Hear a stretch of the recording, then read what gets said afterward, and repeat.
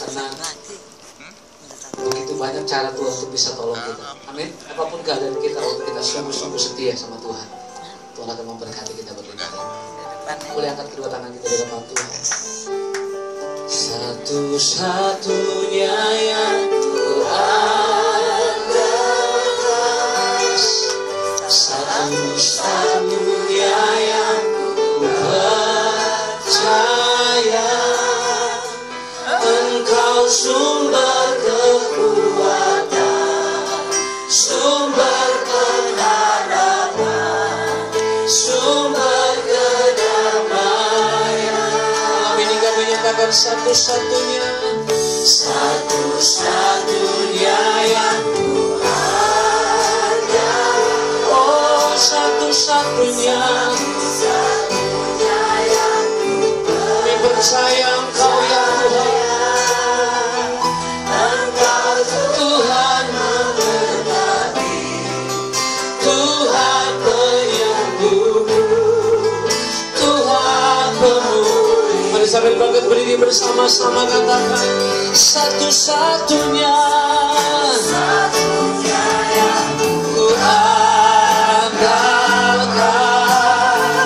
satu-satunya yang ku kami percaya Engkau ya Tuhan dengan segenap hati kami.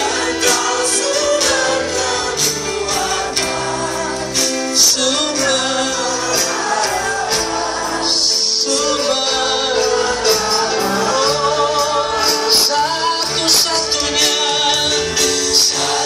satu-satunya yang ku andalkan, satu-satunya yang ku percaya, Engkau Tuhan memberkati, Tuhan penyembuh, Tuhan pemulih. Mari biar kita sembah Tuhan. Haleluya. Mari ambil waktu sebentar untuk kita sembah Dia, sebab Kau yang layak disembah.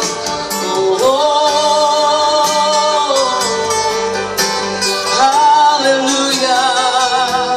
Mari arahkan hatimu kepada Tuhan.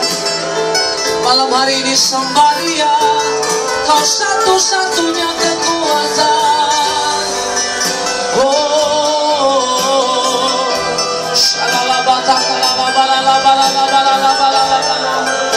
Engkau sumber kekuatan kami ya Tuhan, Kau sumber pengharapan kami.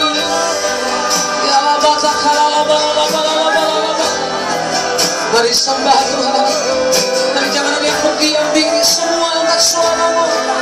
Haleluya.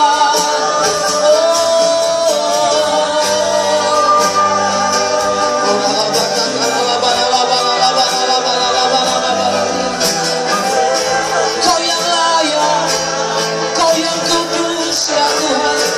Di tempat ini Kau hadir.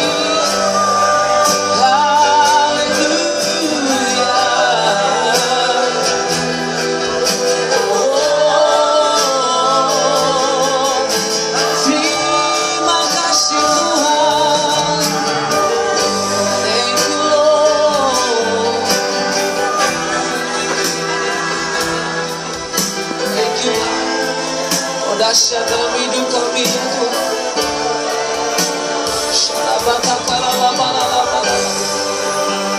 Baikan-Mu, kasih-Mu di tengah kami Tuhan. Haleluya. Yesus Tuhan, Yesus pegang erat tangan-Mu. Ku tak dapati di luar kasih. Bapa, jangan tinggalkan aku. Engkau alasan.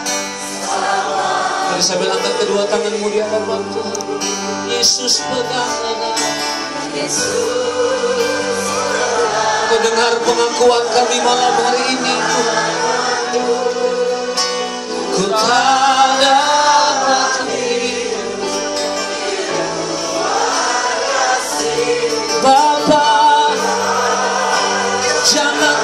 tinggalkan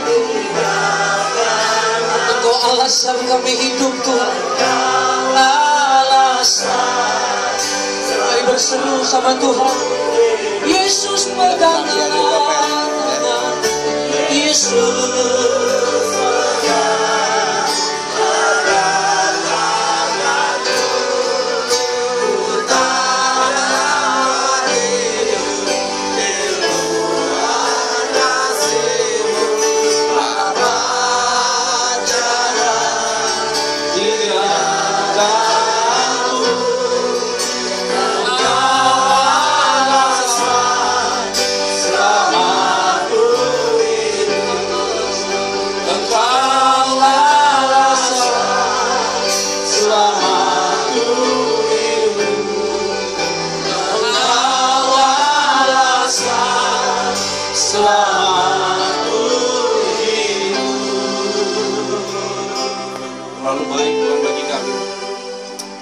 malam ini siapapun yang hadir, kami yakin Tuhan pasti memberikan jawaban bagi kami. Amin.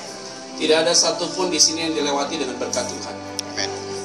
Kami keluar dari tempat ini pun ada kemerdekaan. Amin. Ada pemulihan. Yes. Ada kesembuhan dari Tuhan. Yeah. Hati kami dipulihkan Tuhan, pikiran kami dipulihkan Tuhan. Seluruh hidup kami dimerdekakan oleh Tuhan. Sehingga kami yakin tempat ini telah dikuasai oleh Roh Allah. Tuhan yang menguasai hidup kami. Tuhan yang melawat kami, menguduskan hamba dan menguduskan kami semua. Sehingga firman kudus ini pasti memberkati kami. Tidak ada satupun yang kecewa. Semua bersuka cita. Tuhan berkati ibadah malam ini. Dan firman Tuhan diberkati Tuhan. Di dalam nama Tuhan Yesus Kristus, kami berdoa dan mengucap syukur. Semua diberkati Tuhan. Bersama saya katakan amin. Silakan duduk Bapak Ibu Saudara. Shalom. Shalom. Apa kabar? Luar. Ini baru pertama kali saya ada di tempat ini nih ya. Jadi baru pertama kali khotbahnya sampai jam 12 malam. Oke. Amin. Amin aja saya berdiri.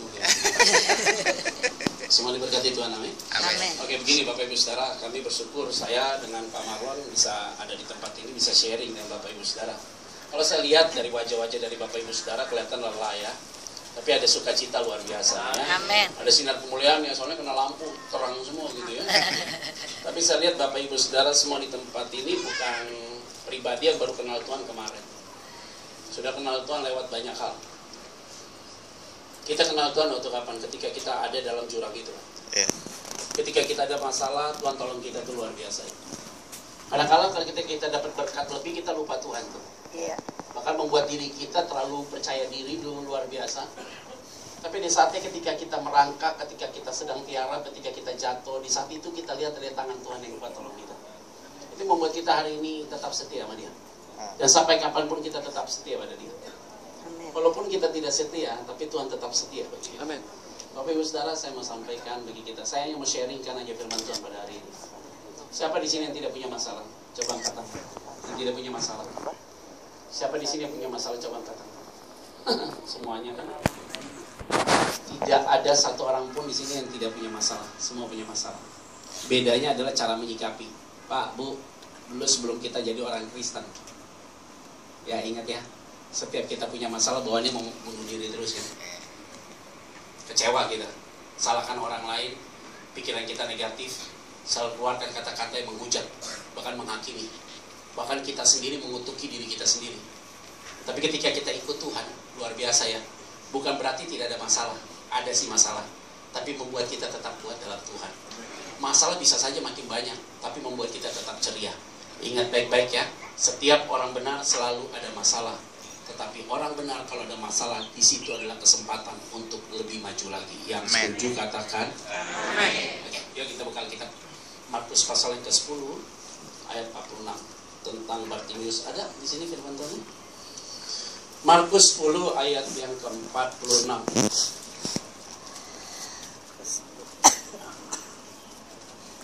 Tentang Bartimius. Yuk kita belajar firman Tuhan ya. Bapak Ibu Saudara, kita belajar firman Tuhan. Oh, saya perlu perkenalkan diri nggak? Iya, perlu dong. Perlu ya? Perlu. Oh Tuhan tolong. Nama saya Petra Vanggidari. Kalau lihat dari belakang farmnya Fangida itu, papa mama dari Nusa Tenggara Timur, Kupang. Tapi muka nggak kayak orang Kupang ya, Bu. Spanyol atau orang. Istri saya orang Jawa, Sunda, Tionghoa. Papanya Surabaya, Tionghoa. Marganya Tan. Mamanya orang Sunda, tepatnya Cirebon. Tapi tinggal sekarang di Indramayu. Tapi dia orang Cirebon. Kami dikarenakan 2 orang putri, istri saya namanya Yola. Kami 2 orang putri dikasih oleh Tuhan. Yang pertama Kalista, yang kedua Shalomita.